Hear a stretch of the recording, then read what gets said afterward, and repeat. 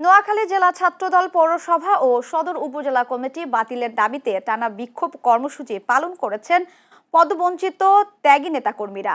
ছাত্রদলের চলমান এই কর্মসূচি ঘিরে শহরে থমথমে পরিস্থিতি বিরাজ করছে। বৃহস্পতিবার বিকেলে চতুর্থ দিনের মতো বিক্ষোভ মিছিল করেছে সংগঠনটির বিভিন্ন পর্যায়ের নেতাকর্মীরা। জেলা জামে মসজিদ থেকে বের হয়ে মাইজদি পৌরবাজার প্রদক্ষিণ করে জেলা স্কুলের সামনে গিয়ে সংক্ষিপ্ত সমাবেশে মিলিত হয়। এতে বক্তব্য রাখেন জেলা ছাত্র দলের সাবেক যুগ্ম সম্পাদক ইয়াসির আরাফাত শুভ সহ অন্যান্য নেতারা।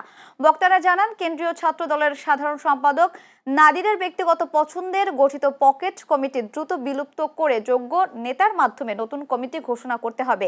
এ বিষয়ে প্রধানমন্ত্রীর হস্তক্ষেপও কামনা করেন তারা। অন্যথায় কঠোর কর্মসূচির হুঁশিয়ারি দেন উপস্থিত নেতাকর্মীরা।